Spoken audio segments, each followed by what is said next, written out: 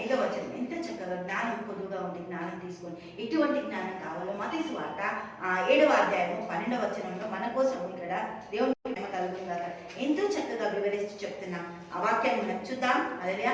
కావున మనుషులు మీకు ఏం చేయవలనో దేవునికి మహిమ కలుగుతుందా చేయవలనని మీరు కోరుదురా, అలాగనే మీరును వారికి చేయుడి. ఇది ధర్మశాస్త్రమును ప్రవక్తలను జ్ఞానం దేవుడి దగ్గర నుంచి మీకు ఏదైతే కావాలనుకుంటారో అదే మీకు కరెక్ట్ గా వస్తుందని చెప్పి దేవునికి స్తోత్రం. యాకోబు రాసిన పత్రిక 1వ అధ్యాయం 9వ వచనం చూద్దాం ఒకసారి.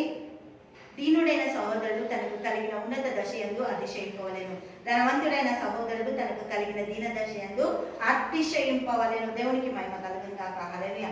ఇటువంటివి కూడా ఈ యొక్క మత్తయి సువార్త 5వ అధ్యాయము 3వ వచనం చూస్తే ఆత్మ విషయమై దీనులైన వారు ధన్యులు, వారు పరలోక రాజ్యము వారిదే. దేవుని ప్రతి వచనానికి ప్రతి వచనం కనెక్ట్ చేస్తూ అన్ని వచనాలు కూడా ఎంతో చక్కగా మనం నేర్చుకోవడానికి యాకోబు రాసిన ఈ పత్రికలో సామెతలో కొనసాగింపే మనం జ్ఞాన వివేచన బుద్ధి పొందుకున్నట్టు దీంట్లో కూడా తెలివితో మనిషి ఏ విధంగా జీవించాలి, ఏ విధంగా నడాలి, ఏ విధంగా పొందుకోవాలి, ఏ విధంగా దేవుడి దగ్గర ఉండాలి, ఏ విధంగా దేవుడు ఇష్టపడుతుంది మనని, ఏ విధంగా దేవుడు ఆత్మ విషయమే దీనులైన వారు ధన్యులు, వారు పరలోక రాజ్యం అంటారు.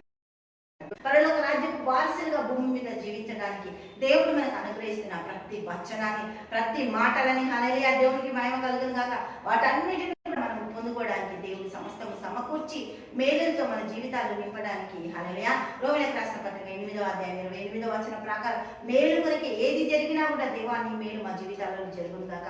ఈ యాకోబు పత్రిక ఈ యొక్క మత్తయి సువార్త అన్ని 3 అధ్యాయాలు మత్తయి సువార్తలో మనం చదువుకున్నట్లయితే యాకోబు పత్రిక అంతా కూడా మనము చదివినట్టు దేవునికి స్తోత్రం. అక్కడ చదువుకుంటూ ఇక్కడ వచనాలు తీసుకెళ్ళి అక్కడ పెట్టుకున్నప్పుడు దేవుడు ఎంతో ధన్యత, ఎంతో తెలివి, ఎంతో మేలు ఇవన్నీ కూడా మనకు కావాలంటే ఏం చేయమంటుందంటే మత్తయి సువార్త 7వ అధ్యాయం 7వ వచనం. హల్లెలూయా.